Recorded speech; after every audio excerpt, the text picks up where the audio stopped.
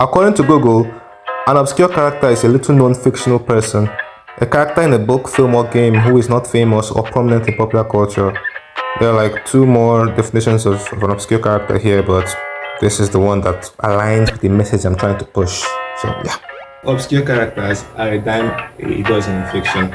Even in popular franchises like Marvel and DC, most people don't know characters like Beta Ray Bill or Adam Strange or even the Meme Kettleman.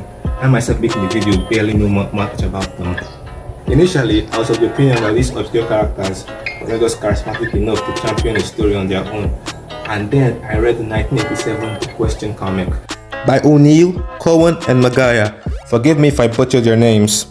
And I was impressed with how this D-list hero could have such interesting adventures with an ensemble of characters just as interesting as him. There's a scene there that left me dumbfounded. Vic, that's the Question's real name by the way, is working on a case and has to deal with this incredibly racist individual. But since the Question is white, he doesn't feel the brunt of the whole thing. He's still turned off by it though and eventually tears into the guy. And yet the guy still takes a bullet for him. And he dies. Just like straight up dies. A bystander calls the racist a hero because, you know, he just died for someone. But Vic just says, "Don't you call him that. Don't you dare." The lady says, "Why not?" And Vic just says, "I don't know. Maybe because there are no heroes. And no villains either. Maybe there's not a damn villain in the whole world." Okay, fine. Perhaps some characters are cool enough, even if they're obscure, to be leading men in their own story. They can't be all, right? And then I watched James Gunn's Suicide Squad. And I'll just say it was an experience like none other, as he was able to make characters I've never heard about incredibly likable. I'm talking Bloodsport, Polka Dot Man, Ratcatcher 2, Peacemaker. Okay, that's enough of the music. What I'm trying to say with this video is you shouldn't let the lens of popularity dictate what you give a chance, because you'll never know. You may just stumble on.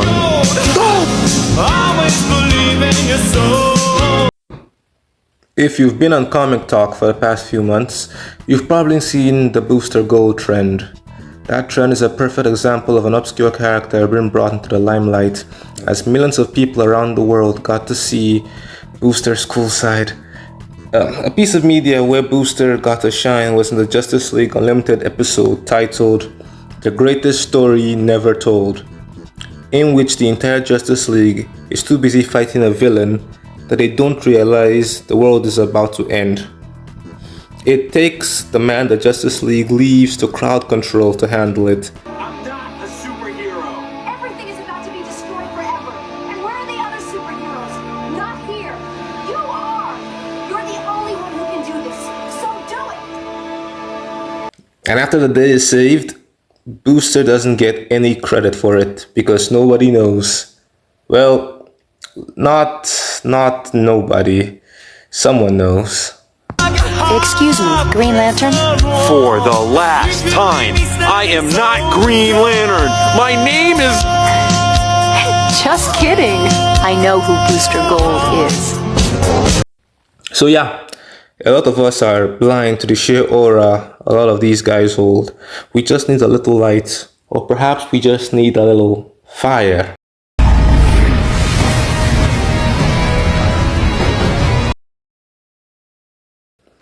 Fire Breather 2010 is an animated movie based off the comic by the same name, which follows Duncan, the hybrid son of a human woman and basically Godzilla. I had to rewatch this movie for this, and I can say that it does not hold up. My initial memory of it was that Duncan was this deep and relatable character, and yeah, that's sort of still there. I feel the best way to describe it would be like the ideas behind the creation of his character are much more relatable than he is. But that's probably because the movie's runtime is 1 hour and 10 minutes, and in my opinion, that's not really enough time to construct the character, build investments in your audience, and still pay it off. Or perhaps I'm wrong. After all, Attack on Titan did all that for me in its first episode. All of this would matter if the point of this video was on these characters being well written, but it's not. It's about them being cool.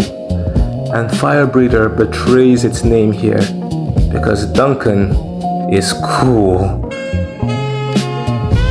Oh yeah, that's my dad. Recording. We did it. Let's go.